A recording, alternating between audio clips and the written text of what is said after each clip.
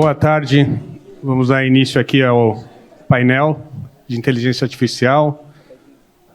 Os entendedores entenderão qual é o porquê da música que estava tocando aqui na recepção de vocês, né? Que foi feita por inteligência artificial, né? Bom, tema bastante moderno, né? Bastante desafiador e que, na verdade, puxa bastante discussão, né? Porque acho que ninguém tem uma noção tão clara do que a gente está falando. Vou deixar esse desafio aqui para os panelistas, né? E, enfim, acho que aqui o formato do debate aqui vai ser... A gente planejou algumas perguntas e respostas aqui para cobrir mais ou menos os temas, mas a intenção é até aí mais para o final abrir para a pergunta de vocês, né? Então, preparem suas perguntas.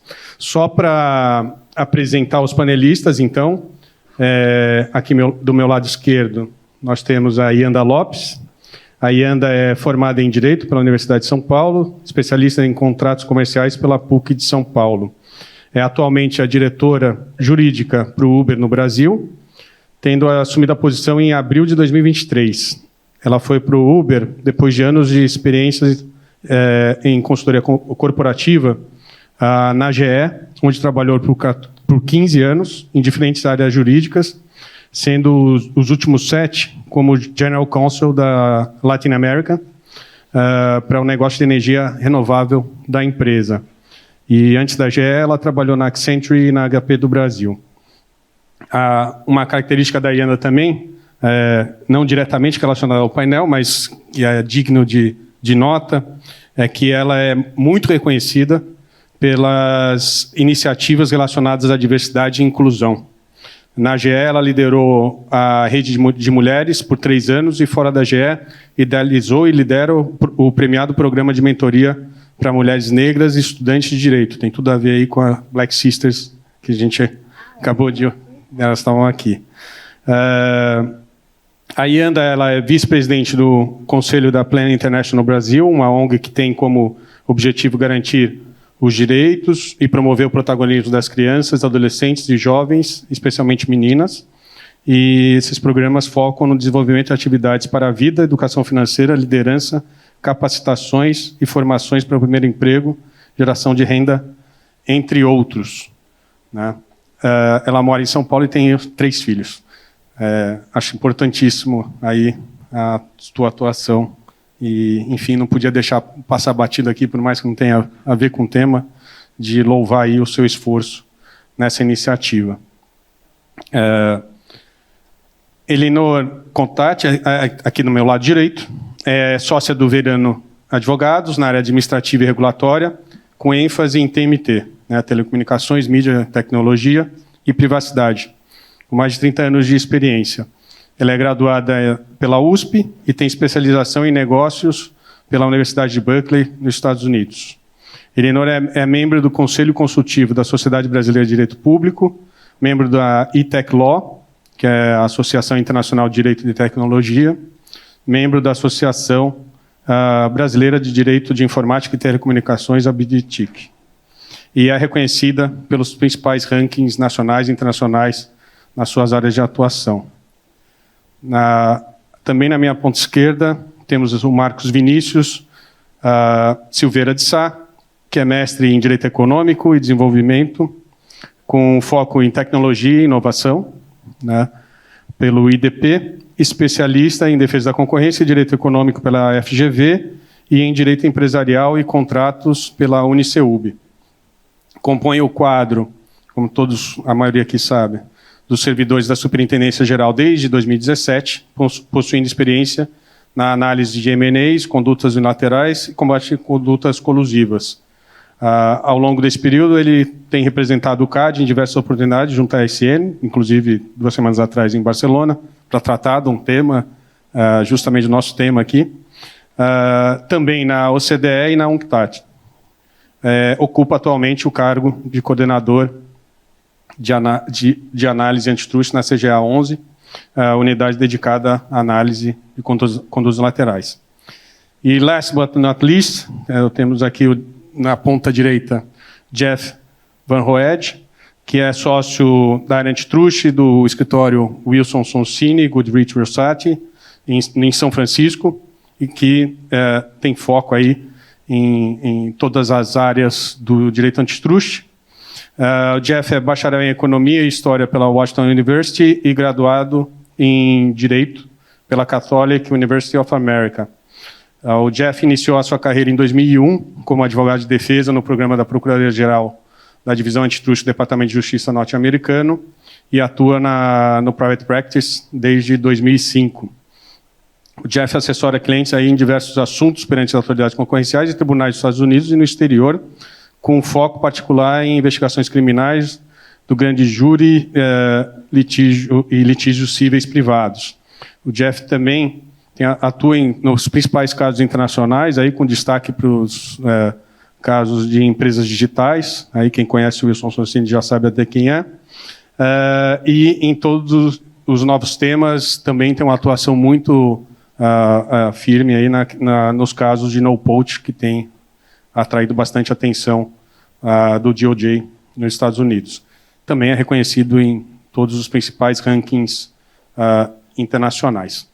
Tá? Tirando a fase aqui das apresentações, me deram aqui uma função, né, fugindo um pouco do script, né, de definir, então, o que é inteligência artificial, né, para a gente ter pelo menos uma base aí do que a gente vai tratar, né.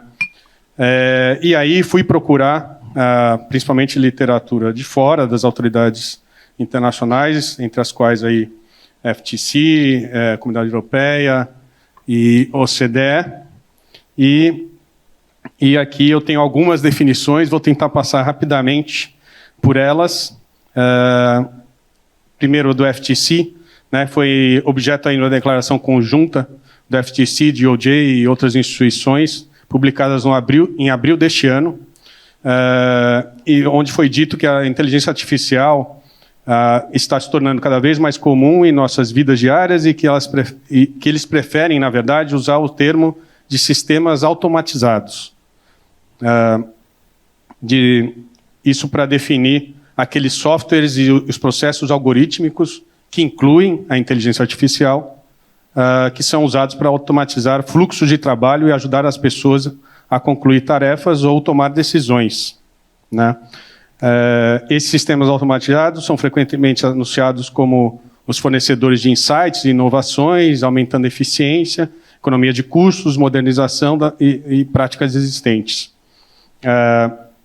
Embora muitas dessas ferramentas ofereçam a promessa de avanço, seu uso também tem o potencial de, aqui na tradução, perturbar as leis concorrenciais, automatizar a discriminação ilegal e produzir outros resultados prejudiciais. Lógico que a definição não se limita a questões concorrenciais, né? E acho que nenhuma delas também ficam restritas à concorrência. A Comunidade Europeia já vinha definindo desde lá de 2018, mas, enfim, montou um grupo independente aí de especialistas que congregam aí tanto academia, quanto empresas, quanto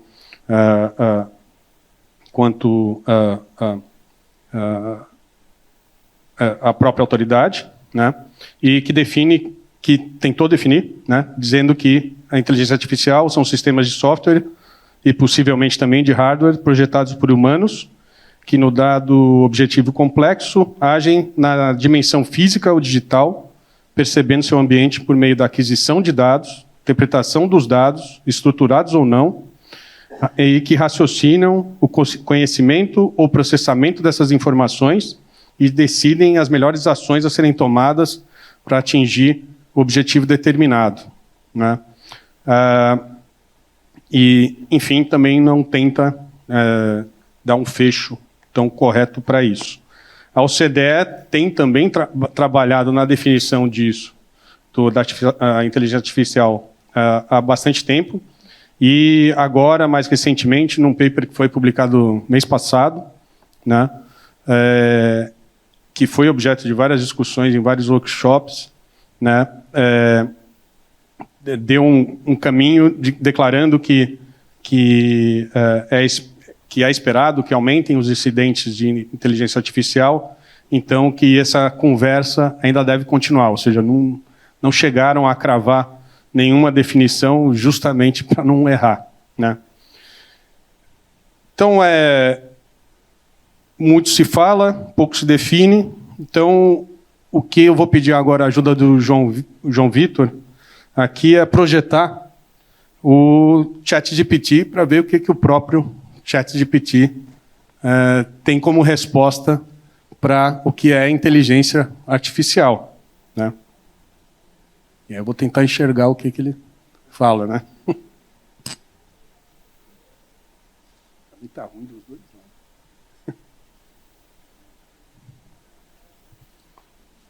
lados. Bom, então, para ele... eu vou resumir aqui, né? Para você ver que ele define, né? Ele sabe o que ele é, né? Refere-se à capacidade de uma máquina ou computador realizar tarefas que normalmente exigiriam inteligência humana, ou seja, está escanteando a gente, né? E isso inclui o aprendizado, o raciocínio, o reconhecimento de padrões, a compreensão de linguagem natural e a resolução de problemas e tomada de decisões. O objetivo da inteligência artificial é criar sistemas que possam executar tarefas de uma forma autônoma, sem intervenção humana direta, né? Então, isso já é uma definição até mais interessante para a nossa discussão, né? E aí, se eu puder fazer só mais uma pergunta, e parar de ser o palestrante e me resignar ao papel de moderador, a gente podia colocar o título, né, do nosso painel, né, Inteligência Artificial e Concorrência, né, para ver o que ele traz sobre a questão.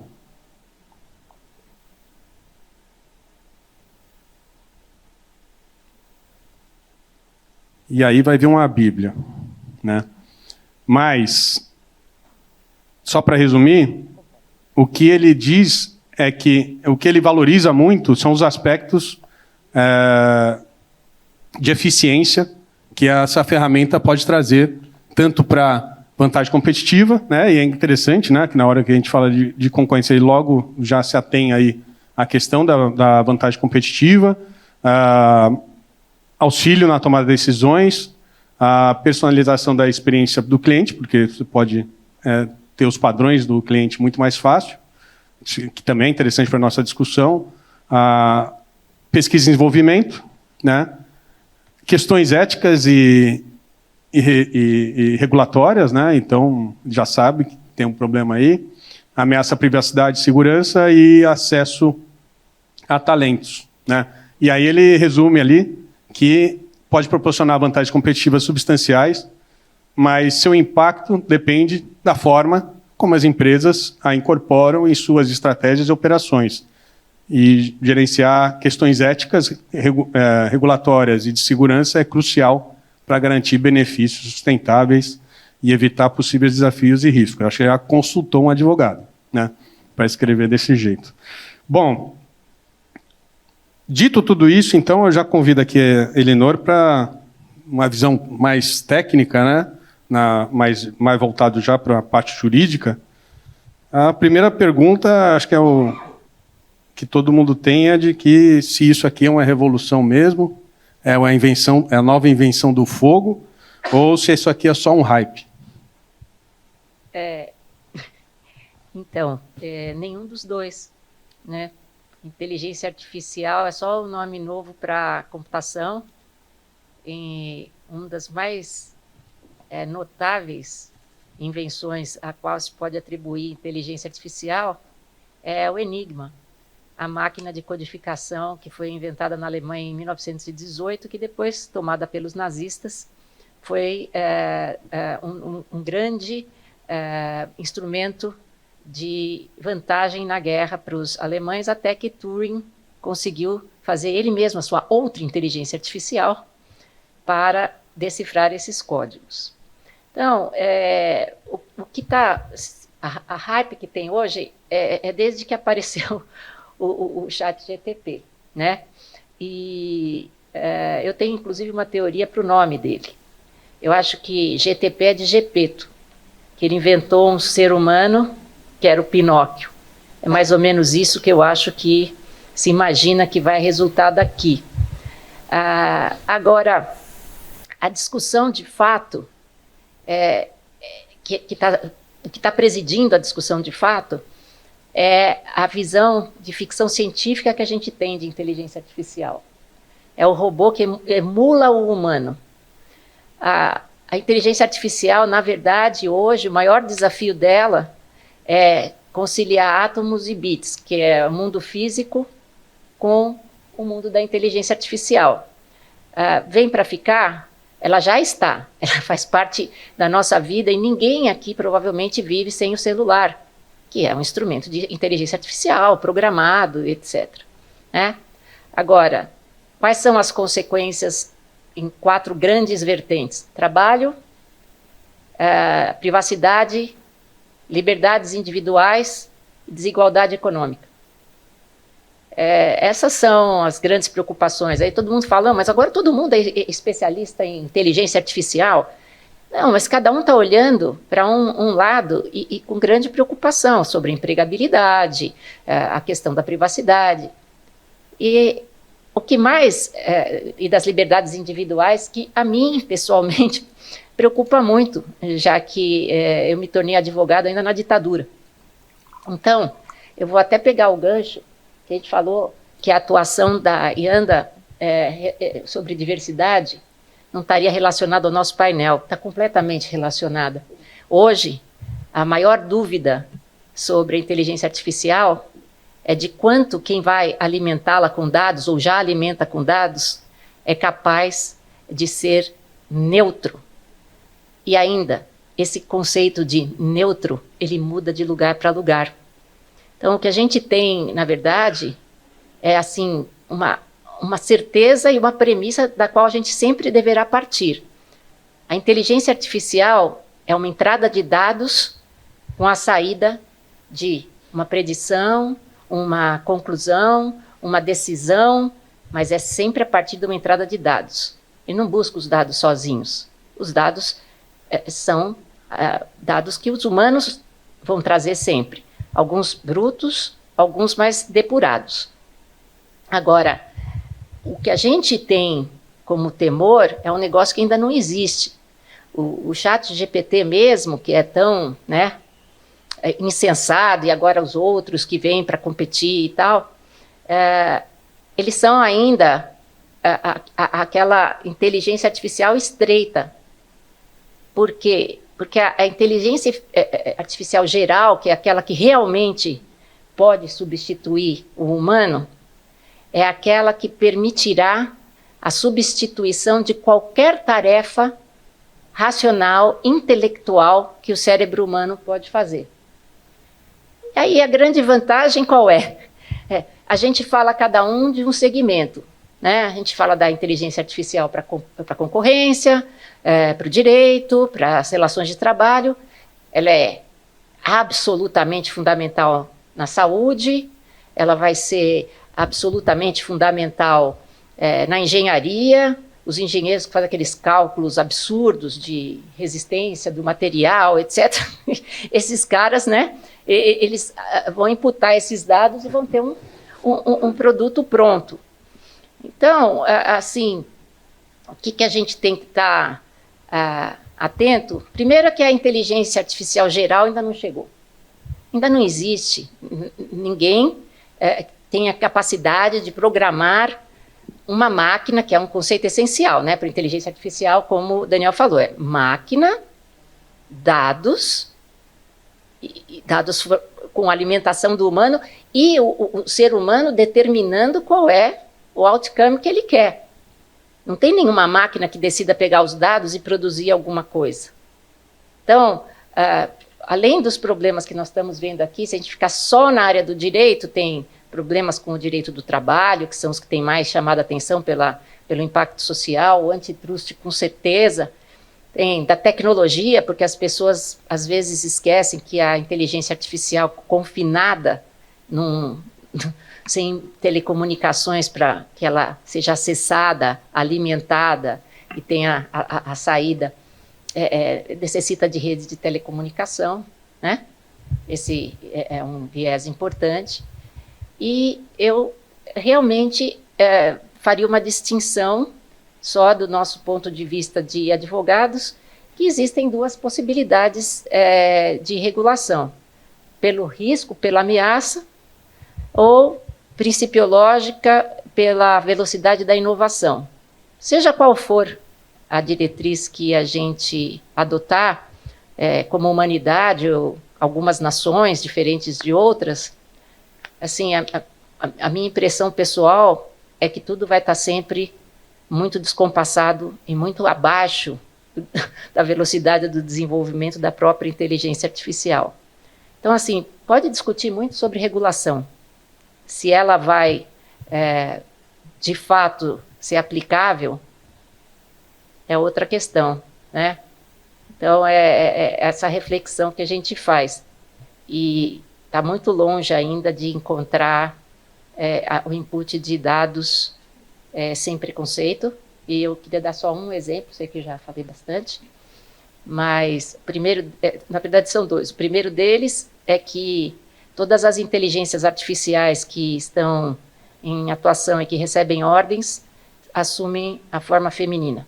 É a Siri, a Alexa, a do Bradesco, que é a Bia, que inclusive houve muitos desaforos, inclusive de conotação sexual bem pesada.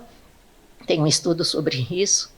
Então, isso é uma questão de muitíssimo, que deveria trazer muitíssima indagação. E, por outro lado, a gente tem um exemplo tremendo que aconteceu há pouco tempo, na Noruega. Gente, é um país de lá, não tenho mais certeza se é a Noruega. Eu acho que sim. Ficou entre a Noruega e a Dinamarca, acho que é a Noruega. Que houve foi criada uma ferramenta de inteligência artificial para evitar as fraudes aos sistemas previdenciários. E cortaram-se benefícios que não deveriam ter sido concedidos, teoricamente, né? E também passaram a negar benefícios, cortar existentes e a negar benefícios. Em 2 anos, a Noruega começou a verificar, ou o Estado começou a verificar o que estava acontecendo, porque tinha aumentado a miséria. E aí foram ver e tiveram que reconhecer publicamente, depois em 21, que o algoritmo ele estava errado, porque ele partiu de 2 premissas: sobrenome estrangeiro e a dupla nacionalidade. Só que isso entrou em vigor. Então, esse tipo de coisa que a gente vai ter que conviver. Perfeito. Trazendo um pouco a discussão aqui para a parte de concorrência, pergunta aqui para o Marcos Vinícius, né? Quais são os riscos para a concorrência, pelo menos os já antecipados, e a sua visão, e, se possível, também a visão do CAD.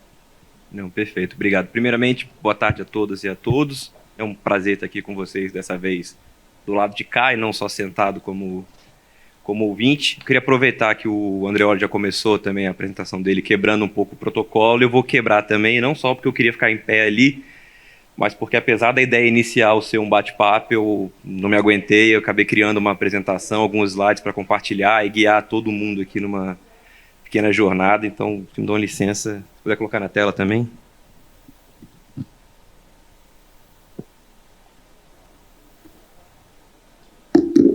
Opa.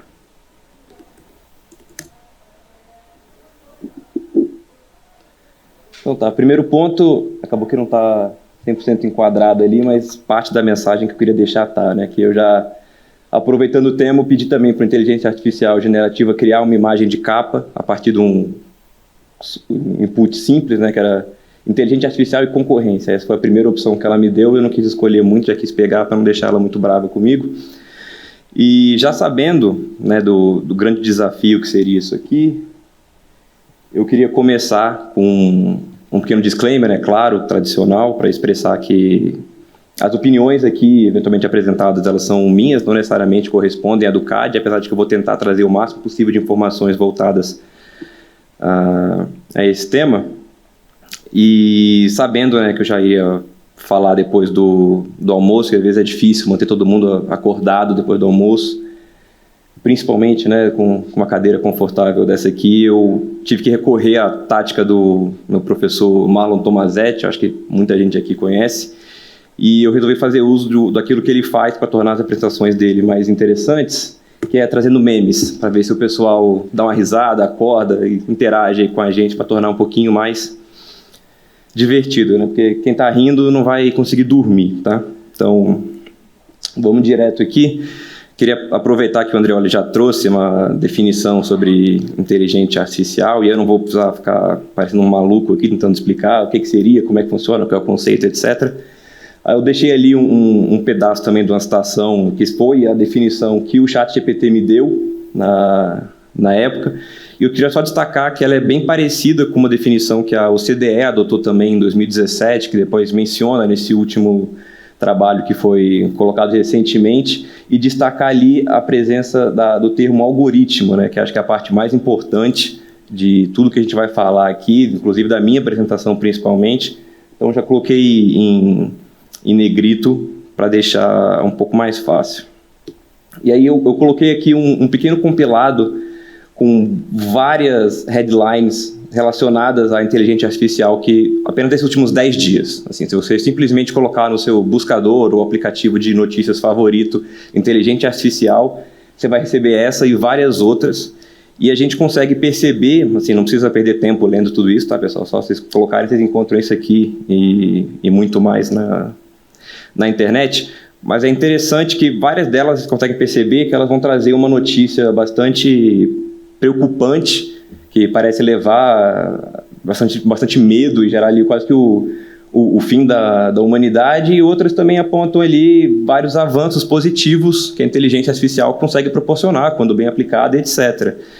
Mas isso não é exatamente algo novo, né? Eu sei que não deve ser muito da época de vocês, né, pessoal, que é tudo muito mais novo, mas lá na minha época, dos anos 60, já tinha um desenhozinho aí chamado Jetsons, e a gente já via a presença da Rose, né, aquela robozinha que cuidava da casa, cuidava das crianças. Infelizmente também recebeu, desde aquela época, já o nome feminino, já porque tinha tarefas domésticas a realizar. Então, infelizmente, tem aí, mas essa imagem positiva, né, algo bacana da inteligência artificial. E do lado, para os anos 80, o T-800, famoso Exterminador do Futuro, criado aí pela Skynet para vir aniquilar a raça humana, dominar tudo. E por que eu estou falando, de repente, essas coisas nada a ver, né, que parece não ter muito a ver com painel, mas é basicamente porque essa existência dessas duas figuras bastante contrastantes, elas dizem para a gente que tem um sentimento, né, de que, ainda que implícito, que a gente reconhece que a inteligência artificial tem pontos positivos ou pontos negativos. E aí, geralmente, já foi apresentado, então eu não vou perder muito tempo com isso, muita gente fala que o clipe seria algo terrível, tá? Seria quase que um vilão, mas eu coloquei aqui ele com os positivos, porque ele tem um sorrisinho ali bacana e ele ajudou muita gente aí na época da escola, na época do Microsoft, quando ele ainda estava vigente, né? E aí, geralmente, focando aqui, os benefícios são geralmente simplificados nesses 3 pontos, né? Eficiência, capacidade, né, de otimizar operações, inovação, relacionada à facilitar a identificação de oportunidade, desenvolvimento de novos produtos, serviços, e também a parte de personalização, né, que é capturar os dados, entender melhor a dinâmica, entender tendências e adaptar o produto ou serviço prestado aos interesses daqueles consumidores que eventualmente acessam o produto. E com relação aos aspectos negativos, trazendo aí como parâmetro o HAL 9000 também, do 2001, Odisseia no Espaço, eles geralmente apontam a ideia de colusão, seja ela explícita ou tácita, e também efeitos sobre condutas unilaterais. Tá? No primeiro ponto aqui, a parte de colusão explícita, ela diz bastante sobre a capacidade da inteligência artificial facilitar o processo de formação, implementação e monitoramento do cartel. Eu não vou entrar em muitos detalhes aqui também, até para não dar ideia nem nada, mas a ideia geral é basicamente essa, né? Você retirando do ser humano o papel de tentar interpretar o que foi no acordo e a necessidade de implementar, fica muito mais fácil, né? Assim, qualquer espécie de desvio que eventualmente for adotado por algum participante é rapidamente identificado pela própria inteligência artificial no monitoramento que ela já faz. A parte de colusão tácita, ela é um pouco mais sensível, um pouco mais complicada, Mas, basicamente, a ideia é de que em mercados, né, marcados por transparência de preços, fácil acesso a dados e etc., com o uso da inteligência artificial, as empresas elas conseguem monitorar e reagir muito mais rapidamente. E aí a ideia, basicamente, seria, se todas as empresas usam a mesma inteligência artificial, o resultado, obviamente, seria o mesmo. Mas também é interessante o fato de que nem sempre é necessário que todos os agentes do mercado estejam fazendo uso de inteligência artificial para que haja resultados relacionados à colusão tácita. Porque, claro, tudo isso aqui ainda é controverso, tem estudo para os dois lados, então não tem como cravar, é tudo bastante teórico ainda. Mas tem esse receio de que, sabendo, né, que existe uma inteligência artificial significativa num dado mercado, os outros agentes teriam receio de adotar algumas estratégias competitivas mais agressivas, como redução de preço, brusca, grandes promoções, porque a inteligência artificial rapidamente ia conseguir detectar essa prática e reagir antes mesmo que, eventualmente, o agente que decidiu adotar ali um preço mais baixo por dado momento pudesse se beneficiar dessa escolha dele, né? Então, acabaria, em tese, todo mundo ficando mais tranquilo e se acomodando no preço que fosse determinado pela inteligência artificial, gerando um cenário quase que de, basicamente, fato de exclusão tácita. E sobre condutas unilaterais, passando aqui também bem rapidinho, a ideia geral que ela pressupõe é que alguma das estratégias que podem acabar resultando, né, da análise pela inteligência artificial das informações seriam estratégias que, em um cenário daquele agente, né, dominante, ele possuía a posição dominante, de forma a tentar preservar a participação de mercado, até gerar maiores lucros, etc., em busca ali de uma vantagem, poderia ser a resposta mais lógica, entendida pela máquina, uma espécie de conduta de fechamento de mercado, voltada a excluir outros concorrentes, e aí, por óbvio, acabaria gerando problemas relacionados a condutas unilaterais, né? Não tendo um consenso, de novo, sobre esses riscos, são realmente bastante teórico. A doutrina internacional está discutindo bastante isso, tem alguns estudos que mostram que, para que todos os fatores estejam presentes, para que de fato isso fosse possível, são tão difíceis e raros que acabariam não sendo de fato viável, mas ainda está em discussão, então achei interessante trazer para a gente, né? Mas e o CAD, né? Por que eu estou aqui, né? Por que pediram para eu tentar falar alguma coisa? Aí, eu trouxe inicialmente um gráfico que traz aqui um resultado histórico de casos que surgem na busca se você pesquisa pelo termo inteligência artificial. Então, a gente consegue ver que nos últimos anos, 2023 é um pouco fora da curva, porque o ano ainda não acabou e eu praticamente peguei só o primeiro semestre, o termo inteligência artificial aparece nesses casos ao longo do tempo. Isso não quer dizer, claro, que todos esses casos de fato discutiram inteligência artificial e o porquê. A maioria dos resultados, eles dizem respeito a casos sumários, uma pequena parcela ordinários, somente 3 casos de conduta unilateral e 1 de colusiva. E o termo, ele pode aparecer às vezes só numa nota de rodapé, ele aparece na descrição do ramo de atividade de uma outra empresa, então pode não guardar nenhuma relação com o objeto da discussão. E aí isso leva a um cenário que, pelo menos para mim, eu fico um pouco triste, que a gente não tem um grande caso que eu consiga apresentar, a gente discutir, criar e dar várias respostas para vocês. Mas lá no início eu mencionei, né, a importância da questão dos algoritmos, e aí para tentar trazer alguma coisa, partindo do pressuposto que muitas dessas discussões relacionadas à inteligência artificial, o que está por trás, na verdade, são discussões relacionadas a algoritmos, e a gente tem alguns casos um pouco mais significativos que dê para, de fato, a gente apresentar, e ainda que por cima e discutir aqui.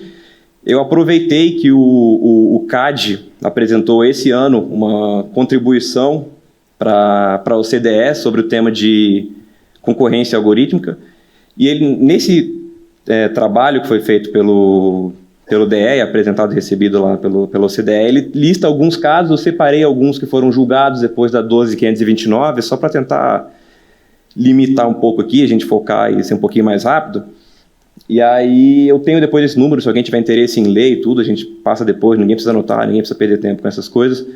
O primeiro caso listado é o caso da software Criar, que basicamente seria um software do tipo mensageiro, como é categorizado pela doutrina, E basicamente foi um caso que foi condenado em cartel por 2016 porque estaria sendo utilizado um software para cartelizar no mercado de autoescolas. O segundo, o procedimento preparatório, é um dos casos Uber.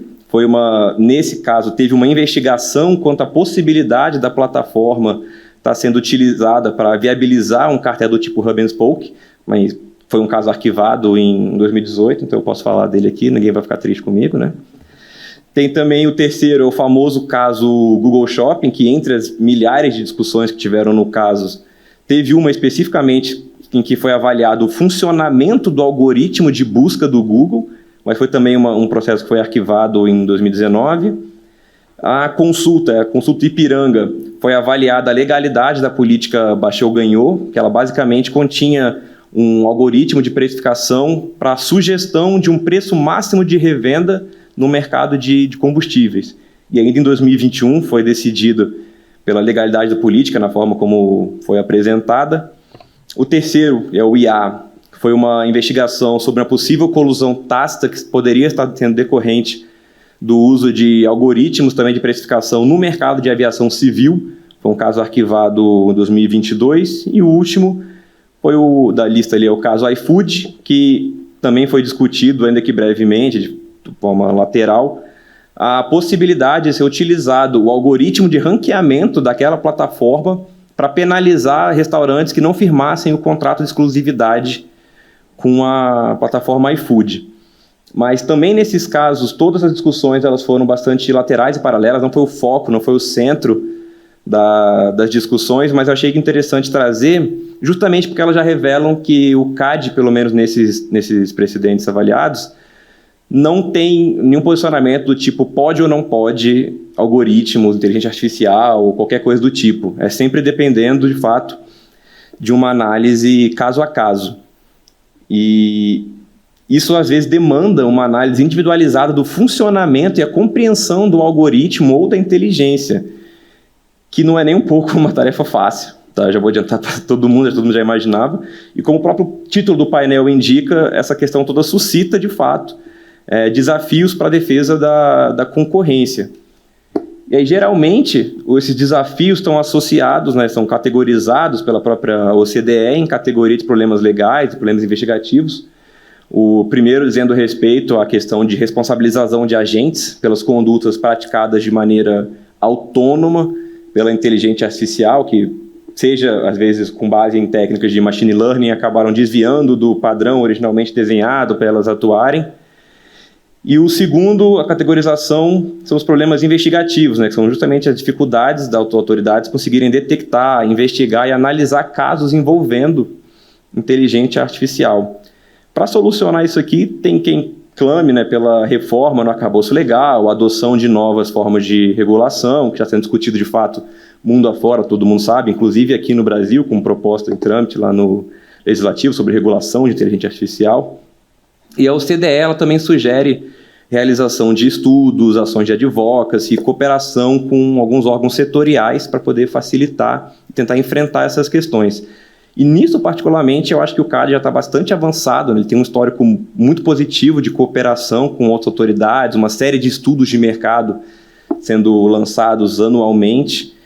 E sobre esse ponto, eu também digno de ressaltar a intensificação dos esforços atuais do CAD em efetivar e implementar de fato o acordo de cooperação técnica firmado com a ANPD, principalmente agora que recentemente a própria ANPD lançou uma nota, né, um estudo em que aponta e que se propõe a ser uma espécie de autoridade central para a regulação e discussões de temas relacionados à inteligência artificial, e no próprio estudo aponta que mesmo como autoridade central, a importância do papel de comunicação e atuação conjunta com outras autoridades setoriais e com o CAD para poder solucionar problemas que podem surgir dessa relação.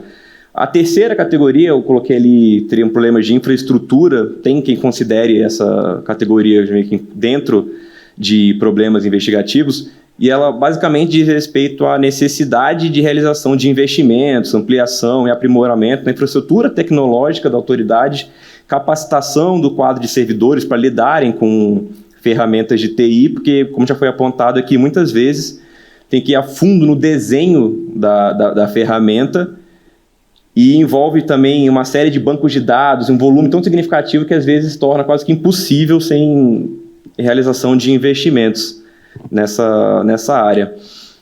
Inclusive com a criação de ferramentas que consigam acompanhar a velocidade da evolução dos mercados. Porque enquanto a gente está tentando dar um passo, a gente olha lá para fora, a gente está dando 3, 5. Isso realmente é uma das maiores dificuldades associadas. Mas o CAD está ciente dessa questão, né? Não só está na vanguarda das discussões internacionais e nacionais sobre o tema, mas também no desenvolvimento de ferramentas nesse sentido. E aí eu peguei emprestado do plano de gestão anual, tá? 2 pelo menos, em que expressamente são apontadas ferramentas em desenvolvimento envolvendo o uso de inteligência artificial, porque essas 2, então, eu não estou correndo risco de eu estar antecipando nada e deixar ninguém bravo comigo por estar dando spoiler aqui de alguma coisa, já é público, então dá para falar rapidinho. O primeiro, o projeto na lista, na verdade, é o segundo, que é o DEA, que significa Defesa Econômica com Inteligência Artificial. Ela basicamente garante o desenvolvimento de soluções de inteligência artificial para potencializar a política de defesa da concorrência nacional e permite também o desenvolvimento de outros projetos com inteligência artificial dentro deles, como o que eu trouxe na lista ali é o primeiro, que é o Lorem-Ipsum, que ele prevê automatizar, em alguma medida, pelo uso de data mining, machine learning, etc., o processo de análise de evidências e elaboração de versões básicas de documentos a serem posteriormente revisados por seres humanos, de serem aprovados, etc., né, tentando garantir maior eficiência aí na atuação da autoridade. E aí, já me encaminhando para o fim, já da minha, que não foi nem um pouco breve a apresentação, o que eu acho importante a gente perceber aqui é que, apesar de certamente existirem desafios associados à defesa da concorrência inteligente artificial, a inteligência artificial ela pode e muito auxiliar a autoridade de defesa da concorrência na persecução dos objetivos por elas almejados. E que a gente não pode polarizar a discussão e voltar ali se a inteligência artificial ela é ruim ou é boa. É uma ferramenta que em si mesma ela é neutra. Ela, dependendo do seu uso, ela pode gerar inúmeros benefícios que estão limitados só, por enquanto, à capacidade humana, porque depois a própria máquina já vai sugerir coisas que ninguém tinha pensado. E se ela for mal utilizada, pode gerar abusos, prejuízos, né, como a gente já tem vários exemplos aí. Então, basicamente, só para encerrar, eu acho que é interessante a gente observar que os desafios que hoje a gente está enfrentando, chamando de desafios relacionados à inteligência artificial, são muito parecidos com os outros desafios que enfrentamos quando das grandes transformações tecnológicas, né? Então, se a gente for voltar lá para o início dos anos 90, também teve uma grande discussão sobre a internet, como que ela poderia ajudar ou prejudicar. E esse acho que é o novo passo, o novo momento é esse, né? Discutir agora inteligência artificial, como a gente pode usar e o que não fazer com ela. Era isso, obrigado. Obrigado. Pegando esse gancho e indo então, sempre se fala as empresas, podem usar as empresas, eu queria escutar você, Ianda, aí como representante de uma empresa que é calcada na tecnologia, quais são os benefícios que isso pode trazer, principalmente para a concorrência?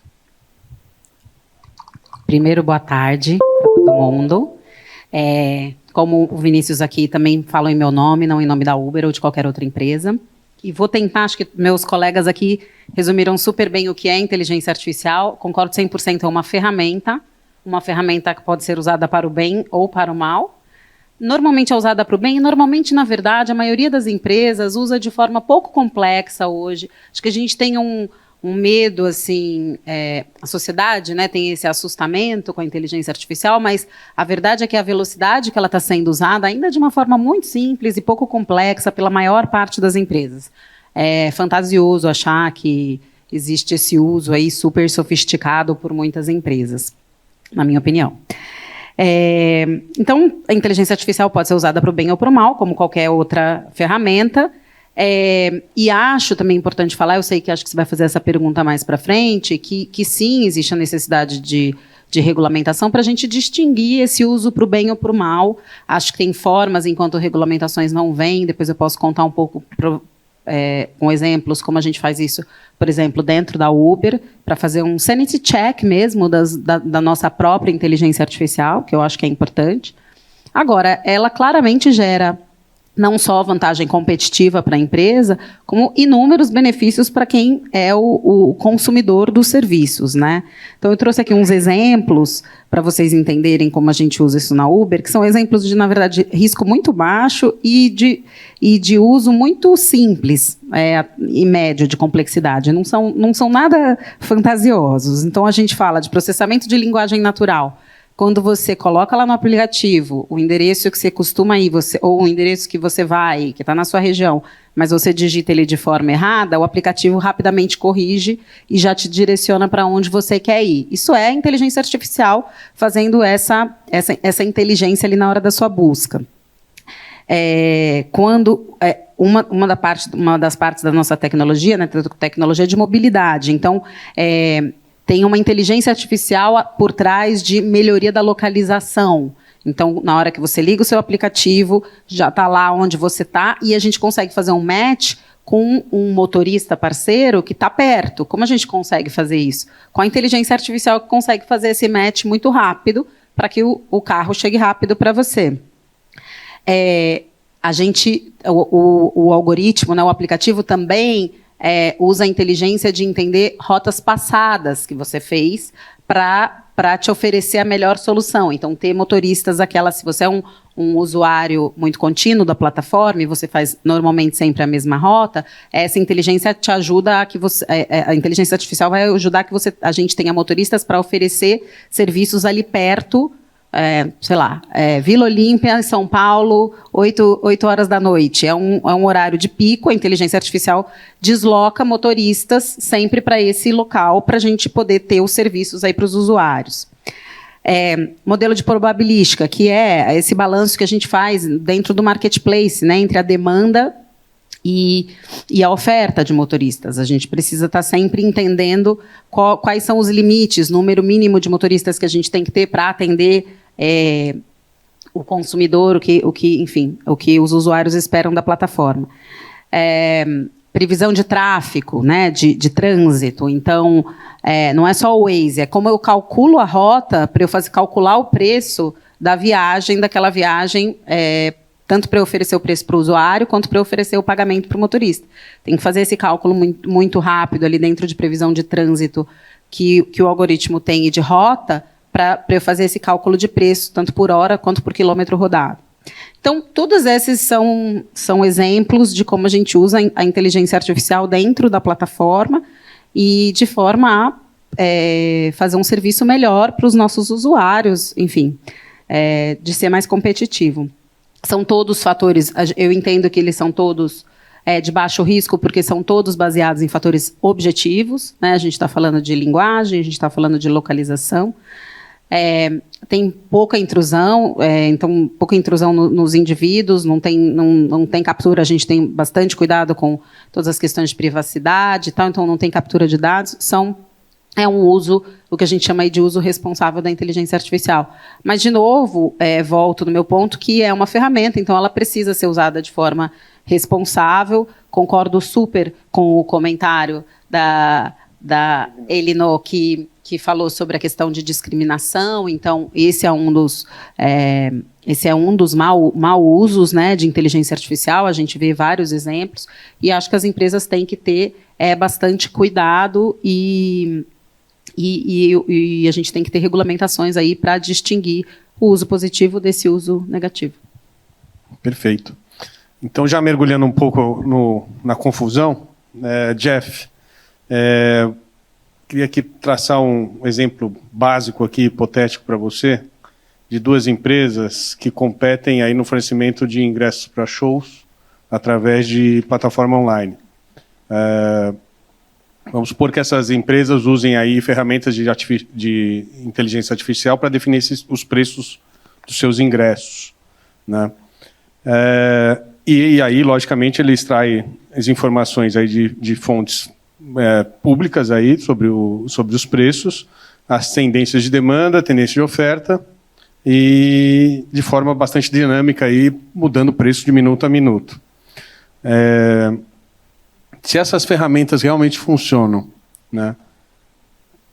Muito provavelmente o que a gente pode ver, e acho que até o Marcos Vinícius comentou um pouco desse risco, é que no fim das contas as empresas vão estar realmente num paralelo, porque se uma luta contra a outra, alguma hora elas vão se encontrar, né? Acredito que isso chame a atenção de uma autoridade antitruste, né? O que uma autoridade tem que se preocupar nessa hora? O que ela tem que investigar?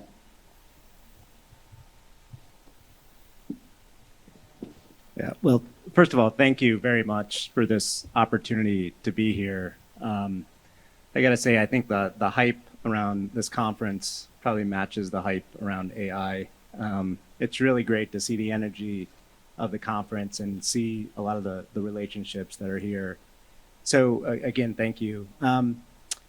So this hypothetical is a really, really good illustration of one of the primary competition concerns around AI. There's a lot of talk around this specific issue in the US and I think around the world. It also poses one of the more interesting challenges from a competition policy perspective. And I'd like to make a comment on that at the end, but first I'll answer your question specifically. And this is probably known to almost everyone here in the room, but just to set the legal framework, under the current law in most jurisdictions around the world, the agencies will be primarily looking for three things. First, there must be an agreement or an understanding between the companies to fix, peg, control, or otherwise influence the price using the AI tool. Second, the companies, perhaps through the AI tools, and we'll talk about this in a minute, must knowingly enter into that agreement and participate in that agreement. And then third, there must be a requisite effect on the commerce in that jurisdiction, but that's not really at issue in this conversation.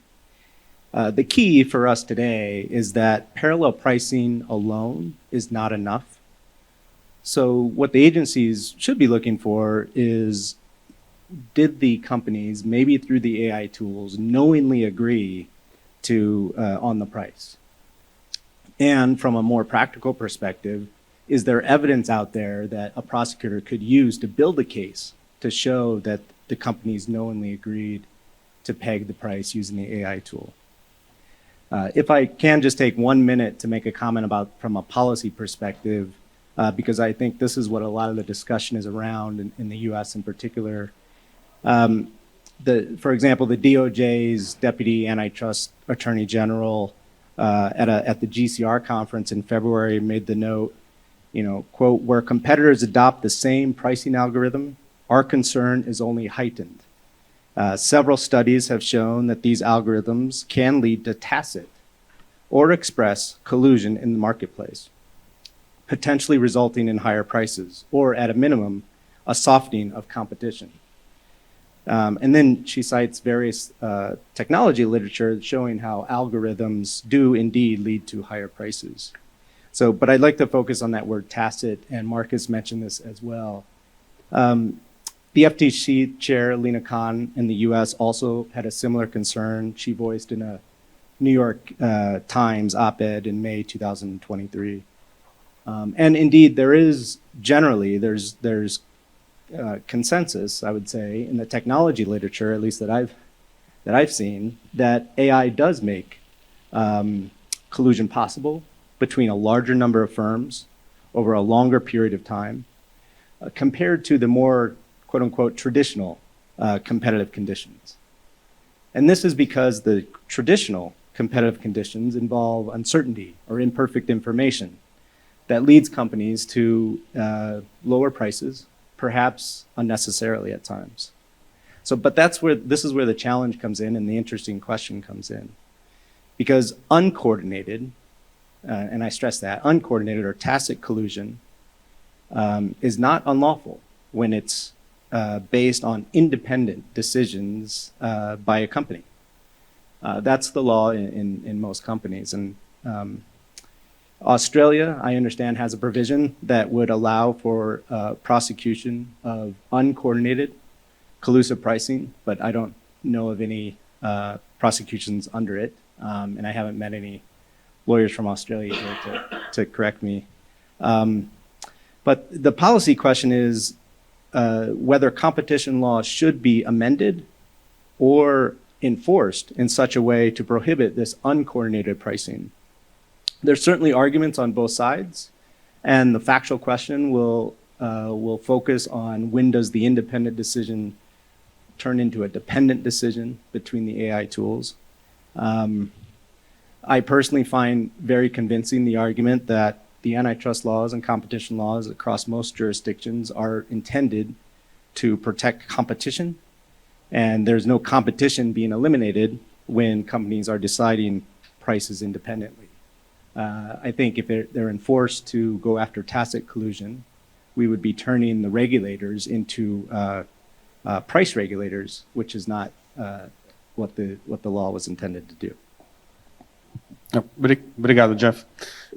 Elinor, explorando um pouco essa questão aí do Jeff, de que se não é para ir atrás de colusão tácita, teria que ter um acordo entre as ferramentas de inteligência artificial, né? É realmente necessário, ou a própria inteligência artificial pode interpretar essa comunicação de uma maneira diferente como a nossa, de ser uma comunicação expressa, registrada, ou no mínimo com sinais, né? Eu iria mais na linha do Jeff, de que a gente não pode esperar que a regulação se torne regulação de preço. Aliás, sim, a lei da oferta e da procura, a última vez que eu vi, ainda era muito importante na economia. O fato dela estar otimizada, porque tem uma ferramenta de inteligência artificial que pesquisa mais depressa e que muda conforme a demanda, naquele momento, para mais ou para menos, porque não há interesse em aumentar só. Porque é uma variação, é um flow. Agora, todo mundo está fazendo isso ao mesmo tempo, e eu vou considerar que isso é uma colusão tácita, todo mundo combinou, ou todo mundo se inspirou de repente para ter o mesmo algoritmo. Isso basta como indício? Eu acho muito difícil você caracterizar aqui o alinhamento, a caracterização desse mercado, a não ser que você resolva também ir mais profundamente e descobrir de quais dados aquele algoritmo está alimentado e por quem. Não adianta eu falar, não, o algoritmo é o mesmo, porque ele parte ele tem uma forma de externar o trabalho que ele fez com os dados igualmente a esse outro aqui. A assimetria de informação é um dos maiores desastres das empresas, para as empresas. Então, nesse momento, ela só vai se tornar visível mais rapidamente. Agora, se a autoridade quiser realmente caracterizar uma colusão, então vamos combinar que todo mundo pegou o mesmo dado, da mesma fonte, no mesmo momento, e que esses algoritmos foram programados para responder da mesma maneira. Aí onde que está a colusão? Não está na inteligência artificial, está no compartilhamento do dado. Da onde são esses dados que interessam a todos? São do mesmo mercado. Quem os detém? Os players. Então, assim, não dá para a gente dizer que a inteligência artificial é que faz isso. É só que a ferramenta está mais eficiente, se você quiser fazer cartel. Né? Lembrando assim, só de um tempo aí passado, tem uma história engraçada lá dos dois irmãos que tinham postos de gasolina para atender o mesmo bairro. E um ficava cheio, depois o outro ficava cheio, um ficava vazio, enquanto o outro tinha acabado de encher, e aí começaram a insinuar que esses irmãos, na verdade, não estavam brigados e nem estavam disputando o mercado. Eles estavam dando um jeito de cercar o mercado como um todo, um aumentava o preço, o outro baixava, enchia um. Depois descobriram que não era isso. É que um dos irmãos contratou um menino para ficar na porta do posto do outro irmão. Cada vez que ele baixava lá o preço e ele via que enchia, o menino corria e contava para o outro irmão que o preço lá tinha baixado. Aí ele falou, ah é? Baixava o dele também, um pouquinho mais. Aí o movimento ia para lá, para o outro posto. E até que o outro irmão descobriu a mesma coisa e resolveu corromper o menino que ia do irmão para lá. Então, tudo isso é o quê? É o input que você está dando, é a instrução que você está dando. Depois de tantos anos dessa história, que é lá da década de 80, teve o cartel dos postos, não teve? Não foi impactante? Tem o cartel do câmbio, tantos que a gente já viu, todos são baseados em informação que estaria pública antes e sempre. Só que agora ela fica mais depressa pública e ela é comparável mais rapidamente. Mas, de resto, as condutas são as mesmas. Interessante. Jeff, então, voltando para você, como a inteligência artificial não tem consciência, né, então, realmente, o problema estaria na origem, quem programa que estaria conscientemente movimentando a inteligência artificial para colusão, ou existem outras formas disso acontecer, ou de se evitar? Yeah, thank you. And sorry, my Portuguese is a little rusty, so, and this is the only way I was able to hear you is if I held it up. So yeah, this raises a couple of challenges to prosecuting AI-related collusion. There's both a legal challenge and a practical challenge, at least from a U.S. perspective. I'm very interested to hear from the perspective here. First, the legal perspective or the legal challenge is price fixing in the U.S. is referred to as a general intent crime. There must be knowledge, as I said, or an awareness of the agreement to set, control, or influence price. There does not need to be a specific intent, meaning an intent to break the law or even to cause injury. So the question is, how can an AI tool know if it's agreeing with another? I think it gets back to Eleanor's comments about a human being behind a lot of the operation. There was a case, I'm sure most people in the room know, in 2015 in the US, the Amazon poster case, which the hypothetical was loosely based on, where the companies used an AI algorithm to set the price of the posters they were selling. But the two sellers knew that they were using the same AI tool. In fact, there's allegations that they designed the tool together. So that's a clear communication or an agreement to use an AI tool to set a price. But again, it gets back to the question, if it's only the AI tools operating, will they ever, quote unquote, know that they're entering into an agreement? And then second, which gets a little more interesting, is a practical challenge of prosecuting AI-related collusion. To convince a jury in the US that this conduct is a crime and that someone should go to jail for it, typically prosecutors will look for evidence of specific intent, even though it's not a legal requirement. But we refer to it a little bit more loosely as consciousness of guilt evidence. Basically some evidence that the employees knew that what they were doing was wrong. In past cases, this has involved emails with comments such as delete after reading, let's keep this quiet, or between us, or one of my favorites, customers are not our friends. Again, it's not a legal requirement, but in practice, prosecutors are really grabbing on to that evidence and seeing if it's there before deciding whether or not to pursue the case. This is particularly true in recent years, if you're following the DOJ prosecutions, because the conduct is not always clear-cut price fixing. This is particularly true in the no-poach prosecutions that they brought recently. They're always looking for that evidence of wrongdoing. So the challenge in AI-related collusion is it's difficult for me, at least, to see there being a consciousness of guilt evidence out there. While some technical literature does describe AI as having a quote-unquote conscious of sorts, it does not have a conscious in the sense of feeling or certainly not expressing guilt. there's also the issue of, do you throw the AI tool in jail, which is another issue. So practical tips, just when as in-house counsel, if you're advising in-house counsel,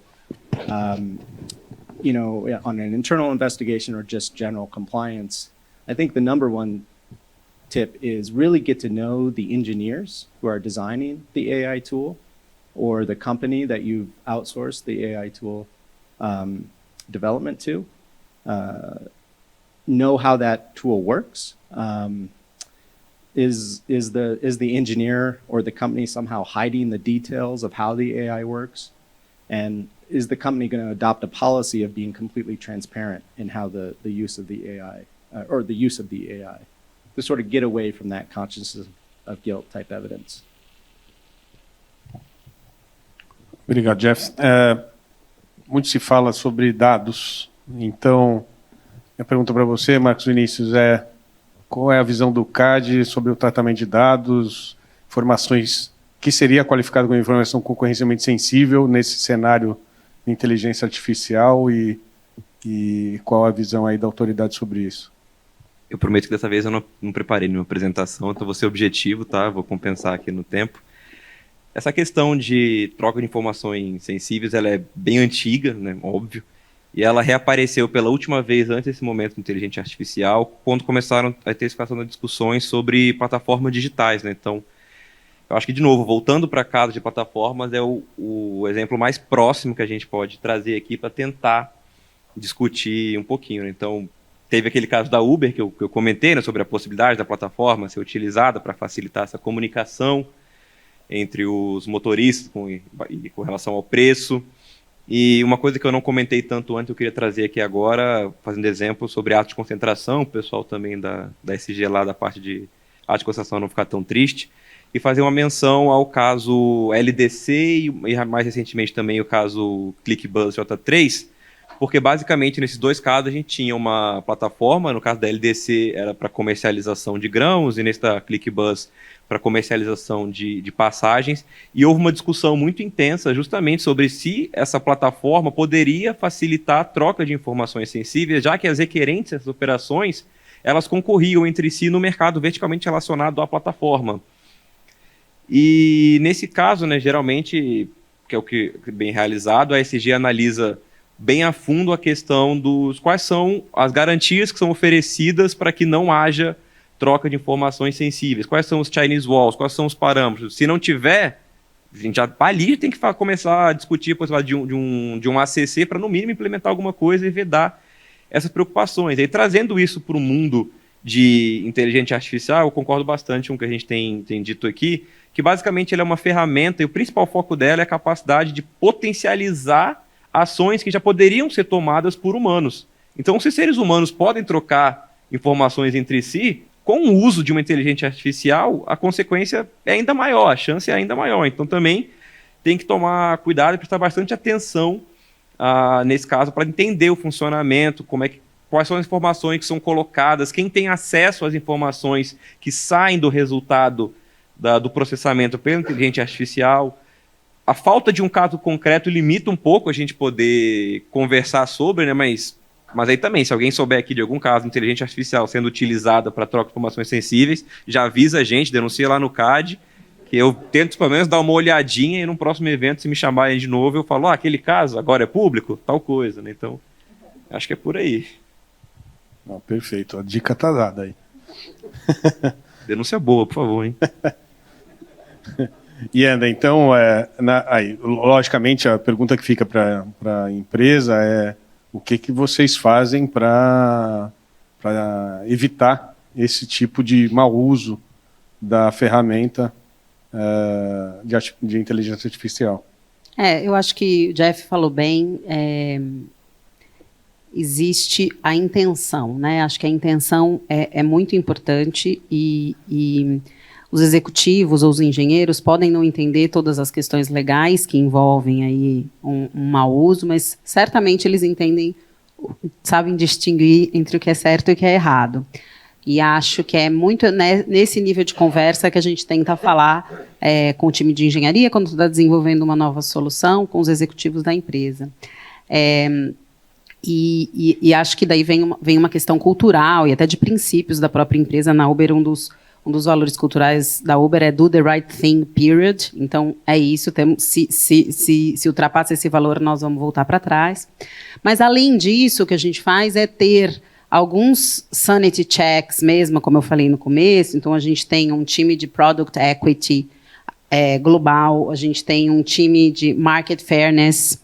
São times que auditam, olham e são consultados em cada um dos novos lançamentos e no uso da nossa tecnologia para entender se essa tecnologia está sendo, de alguma forma, mal usada ou quais são as consequências, na verdade, desse uso, né?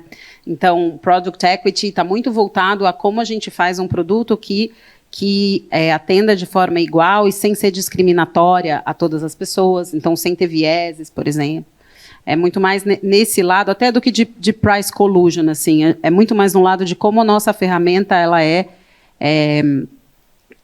é não discriminatória para todos os usuários.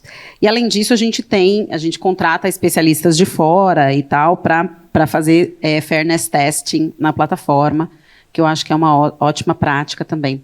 Só um comentário, tem um caso engraçado que outro dia eu ouvi, que fala um pouco sobre isso, né? Como é uma conduta humana e que a inteligência artificial, eventualmente, a possibilidade ali de ver o preço no aplicativo só acelera. Tem uma cidade, eu não sei qual é, super pequena, que tem uma fábrica e as pessoas saem, os funcionários ali da fábrica, sei lá, tem 100 funcionários e todos pegam Uber na saída, porque ela é um pouco afastada. E é uma cidade muito pequena que tem poucos motoristas. E os motoristas descobriram que os funcionários saem todos mais ou menos na mesma hora. E o que eles fazem? Eles entendem que quando a demanda como funciona o aplicativo, né? Quando não tem motorista, ele vai eventualmente aumentando o preço até um ponto, óbvio, mas para ver se os motoristas aceitam as corridas. Eles se reúnem na praça da cidade, juntos, e ficam rejeitando as corridas, todos juntos, juntinhos, assim, ó, coladinhos um no outro. Aí, tá, agora quando chega um preço, eles começam a aceitar, e aí eles aceitam essas corridas. Então, não é o algoritmo que está fazendo isso, é a inteligência humana que está burlando para fazer uma combinação de preços ali. Então, só esse exemplo que eu achei curioso. É uma regulação da oferta, né? Bom, indo rapidamente aqui, a gente falou que não ia usar os 10 minutos a mais, porque a gente começou 10 minutos mais tarde, mas a gente vai usar um pouquinho. Indo para a questão de monopolização, porque eu acho que isso é algo que tem atraído também, recentemente, muito da atenção das autoridades concorrenciais, que informação hoje, o conjunto de informação hoje é o ouro, né? Então, eu queria te perguntar, Elinor, se essa preocupação de dados, né, porque a alegação sempre é que os dados existem, né, e eu só tive a iniciativa de criar um programa que atraísse melhor essa informação e, portanto, criei melhor condições ali de tratar aquele dado. Ou seja, qualquer um que queira reproduzir a mesma coisa tem os dados da mesma forma que eu tive inicialmente. E aí a pergunta que fica então, essa preocupação é válida sobre quem detém esses dados processados por seu próprio mérito?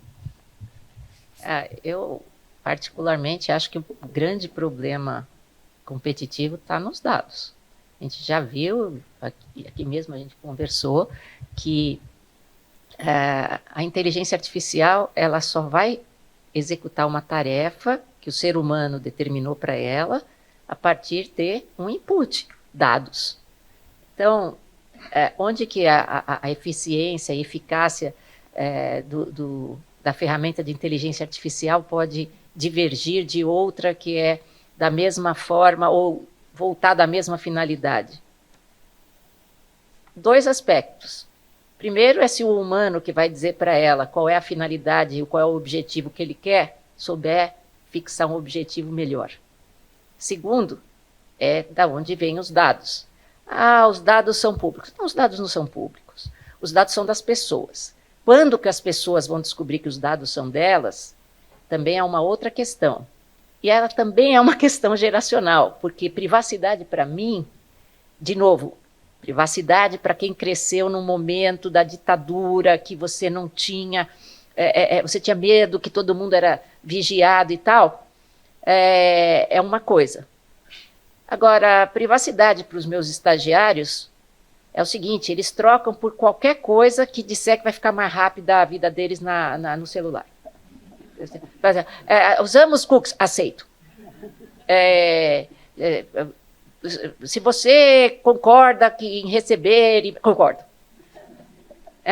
Então, esse é o conceito de privacidade. Privacidade é um valor mutável, ele não é um valor objetivo. Então, hoje teve uma grande, mas uma grande cessão dos dados pelos indivíduos e quanto mais novos, menos importância deram. Em algum momento, talvez eles entendam e percebam que os dados têm valor para eles também, só que no momento eles transigiram quanto a isso e o valor está com quem coleta os dados. Agora, a possibilidade também de você ter grandes corporações que têm mais acesso a dados e dizer que você vai determinar que ela compartilhe esses dados, ela vai dizer, não, peraí, mas esse eu estou falando em compartilhar informação concorrencialmente sensível, essa é a minha vantagem competitiva. Ah, mas é legítima, não é legítima? Não, o meu usuário concordou em me permitir, dentro do meu grupo econômico, usar esses dados.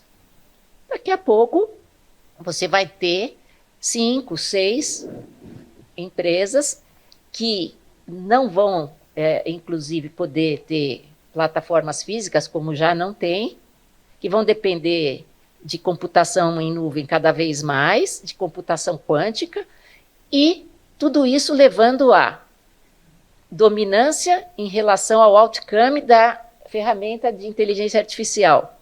Aí você vai falar, esses caras vão nadar de braçada. Não, eles vão depender do cloud computing.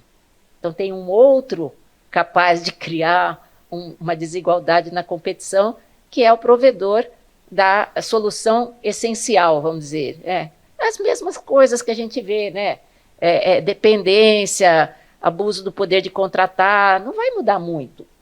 Ela só vai acontecer, talvez, de uma maneira mais rápida, mas também deve ser menos visível.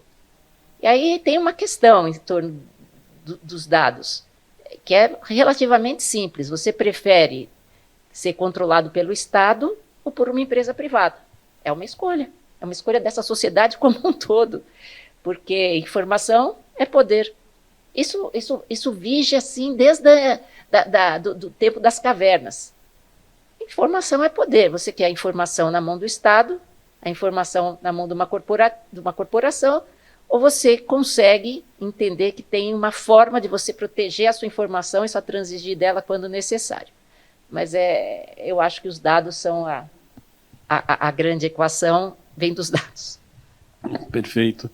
Um outro exemplo aí, Jeff, puxando, eu ia falar um hipotético, mas acho que ele é um caso concreto, né? Mas de uma empresa que tem bastante poder de mercado, que exige que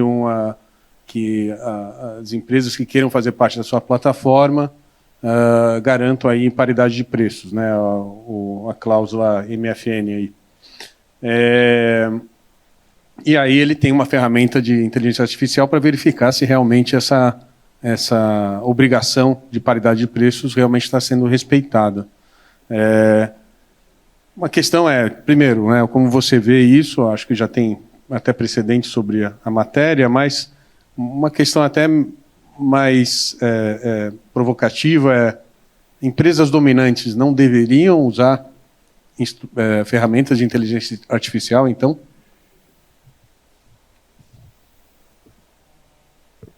So apologies again. I missed a lot of that because my translation is off. But the MFN.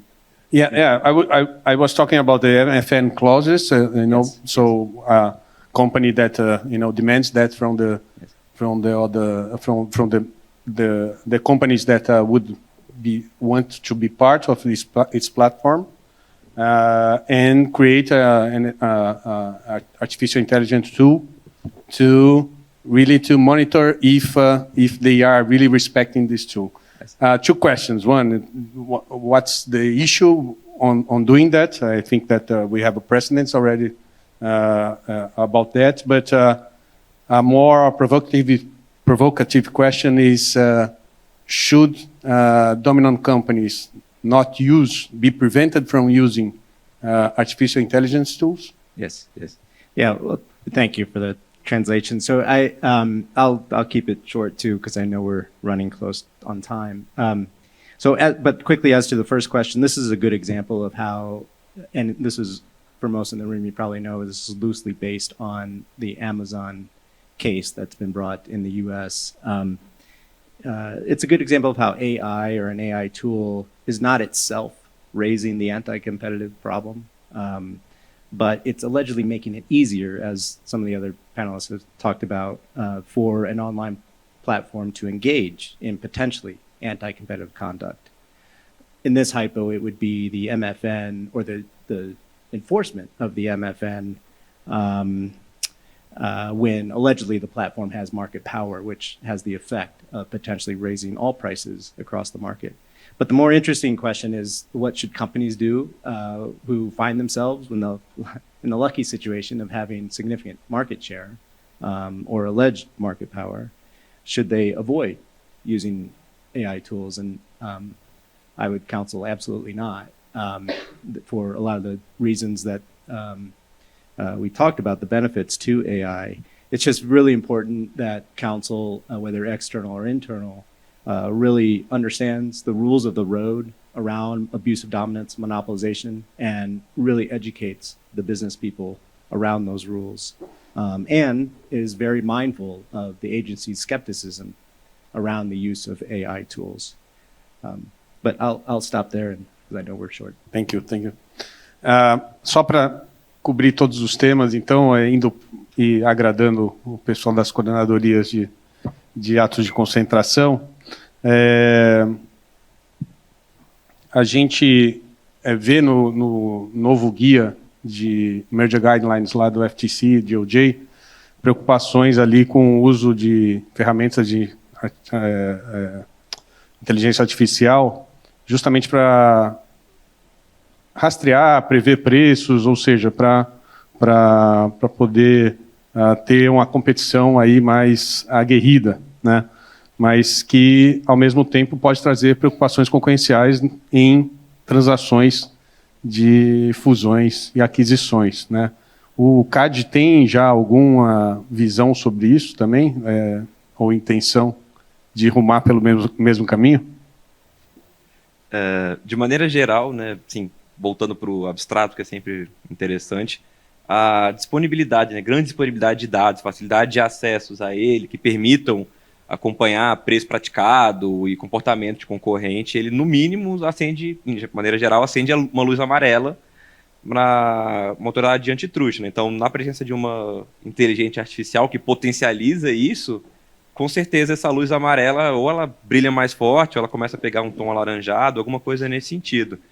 Mas o próprio GH do CAD, de certa maneira, ele já fala um pouco disso quando ele apresenta os fatores que tornam maior a probabilidade de efeitos coordenados no pós-operação, porque ele traz menção a questões tecnológicas e principalmente, entre aspas, transparência nos preços e informações relevantes sobre competidores e seus comportamentos.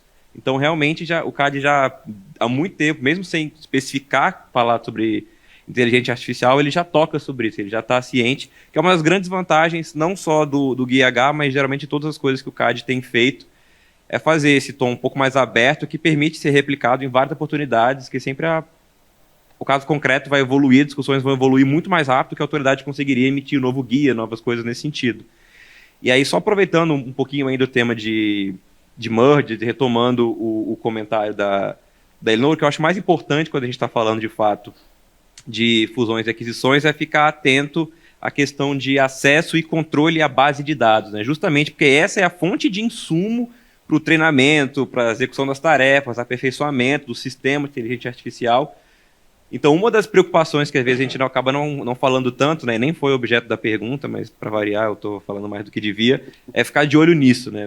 Quem tem acesso a dados, quem é o proprietário, controlador, né, não proprietário, porque proprietário seria o indivíduo, mas quem está controlando esses dados, onde eles estão, quem tem acesso, como, por quê, como essa operação vai eventualmente fundir uma base de dados ou permitir que uma inteligência artificial em um mercado consiga agora ter acesso a informações relevantes que estão sediadas pela outra empresa em outro mercado, que aparentemente não teria nada a ver, mas seria complementar, e vários julgados do CAD começam a apontar nesse sentido, a necessidade de discutir, pelo menos começar a olhar essa relação entre diferentes mercados e acesso a dados. Bom, é isso. Obrigado. E aí, para fechar, Ianda, só queria aí, pra tentar dar um tom positivo, né? No fechamento, como a empresa como a Uber aconselharia as outras a fazer o uso dessa ferramenta sem perder o sono todo dia, com a possibilidade disso ser punido, de ser rastreado, enfim, como se tem até, não depende exatamente de uma intenção, né, e sim do parecer ser também, como que você aconselharia aí essas empresas a navegar nesses mares aí? Acho que é um pouco do que eu já falei, acho que as empresas não usar a inteligência artificial é uma perda de tempo. Acho que a gente falou de todos os benefícios, a gente falou já como é uma ferramenta como qualquer outra. Os princípios do CAD e da regulamentação, das regulações antitrust são os mesmos, eles só estão sendo acelerados um pouco, talvez as condutas possam ser aceleradas aí pelo uso da inteligência artificial. Eu acho que meu conselho para as empresas é criar um sistema de governança que você esteja efetivamente, regularmente checando o uso interno da sua inteligência artificial, não só com times internos, como a gente tem na Uber, mas por auditores externos, etc., que venham fazer essa checagem. E nessa checagem também, porque erros podem acontecer, fazer as correções, assumir quando os erros acontecerem e fazer as correções necessárias. Eu acho que muito do mindset da empresa de fazer a coisa certa e de estar tendo um sistema de governança e de checagem e a intenção de, quando a coisa não está tão certa, corrigir, é o mais importante, mais do que ficar com medo e perder o sono. Perfeito. Ribas, eu só queria saber se a gente pode abrir para uma pergunta. Pode? Então... No microfone, por favor.